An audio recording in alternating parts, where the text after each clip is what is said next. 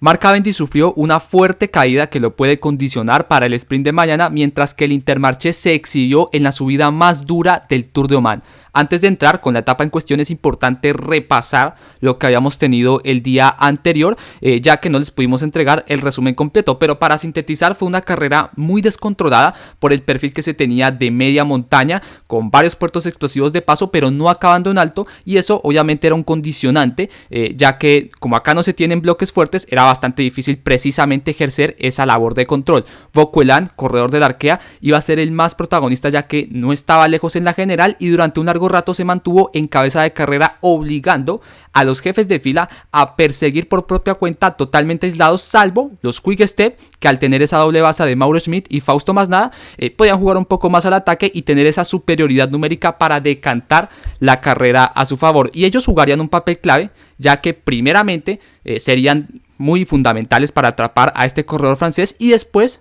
para lanzar ese ataque de Fausto Masnada, porque el corredor italiano, que todos lo conocemos lo bien que baja, podemos remitirnos a Lombardía, donde Casuata y Pogačar, gracias a esa habilidad en el descenso, pues acá aprovecha que lo está siguiendo un corredor que no es tan bueno bajando, como el caso de Jan Hirt, que tiene mucha menos pericia, mucha menos habilidad, y eso le permite ahí abrir un pequeño hueco que después le va a ser imposible restar a sus adversarios, y más aún teniendo a un Mauro Schmid ahí que está pendiente para poder bloquear cualquier tipo de movimiento que se haga en pro de cazar a Masnada. Y pues al final Masnada sacó provecho de esa situación, acabó ganando la etapa y desbancando a Anton Charmik del liderato, para pues así ya tener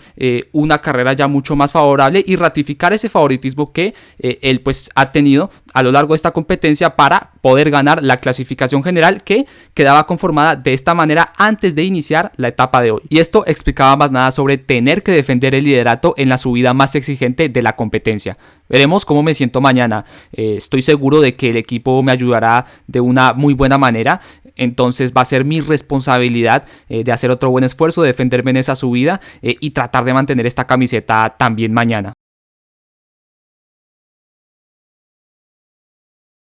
Ahora sí nos metemos de lleno con esta quinta etapa, que la ven en el perfil, era Unipuerto, pero con esa subida final durísima de 6 kilómetros al 10%, que ya son cifras que son de entidad, y el récord lo ostentaba Rafa Ols, que había subido más rápido que por ejemplo un Chris Froome, un Vincenzo Nibali, un Miguel Ángel López. Ustedes pueden encontrar ahí los tiempos en la web de la Lanterne Rouge,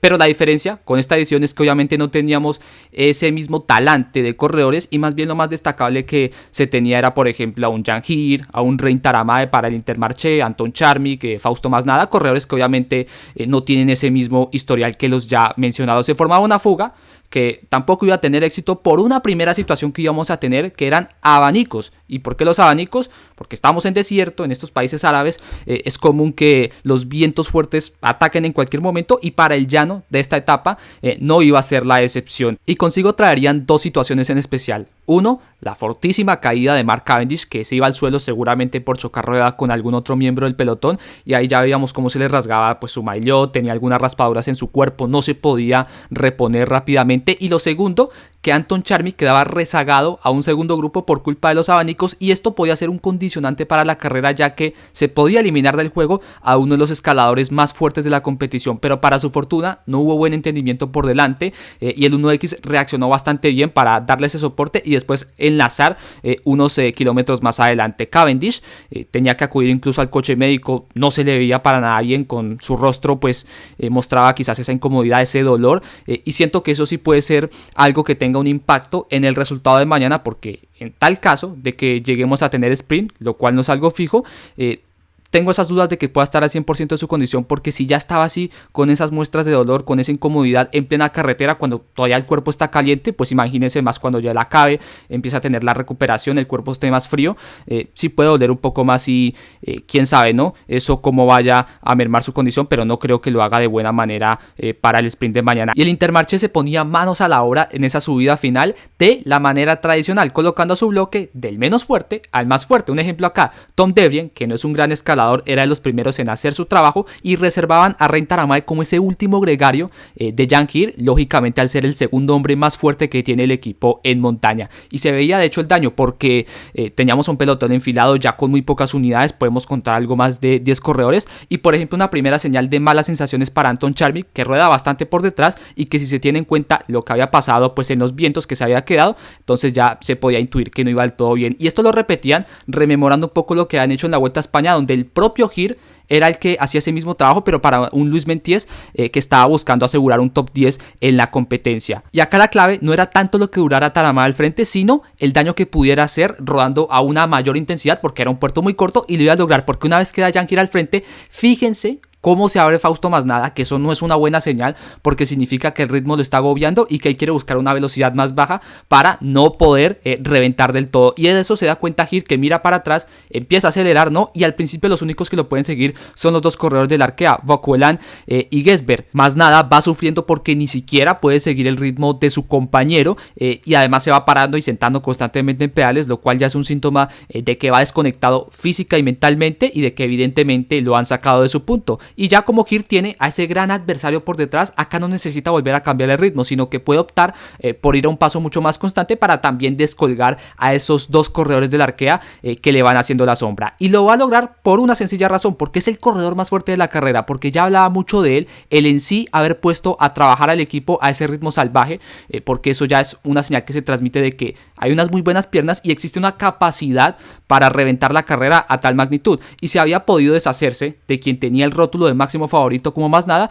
pues lógicamente estos dos corredores del Arkea tampoco iban a ser tan difíciles de descolgar y ya llegaría el momento en el cual se desharía del último y se encaminaría a ese triunfo de etapa. Y sobre el tema de cifras y números, que como siempre los pueden encontrar en la web de la Lanterne Rouge, se estima que Hir subió a un promedio de 6.3 vatios kilo durante todo el ascenso, los cuales a mi juicio son números bastante impresionantes si se tienen en cuenta dos cosas. La primera, que estamos hablando de un corredor que no está consolidado ni en la primera ni siquiera en la segunda línea de escaladores, que es alguien mucho más desconocido y que además lo está haciendo apenas en inicio de temporada. Y lo segundo, que se tuvo también una carrera endurecida previamente por los abanicos, lo cual siempre dificulta que se puedan mover esta cantidad de vatios, así que va a pasar obviamente desapercibido porque esta no es una carrera de gran nivel, pero que si nos remitimos exactamente a ese tema de los vatios y demás, pues estamos hablando hasta el momento de uno de los rendimientos más espectaculares en montaña del año. Esta es la clasificación de la etapa ganada por un corredor que a propósito hizo la pretemporada en Colombia. Yo siempre he creído que estas preparaciones en altitud son útiles sobre todo para las primeras carreras, no durante toda la temporada ya que el efecto no es a largo plazo, pero sí para tener ese punto de más con respecto a otros corredores. Y si se quiere, eso fue influyente para que él tenga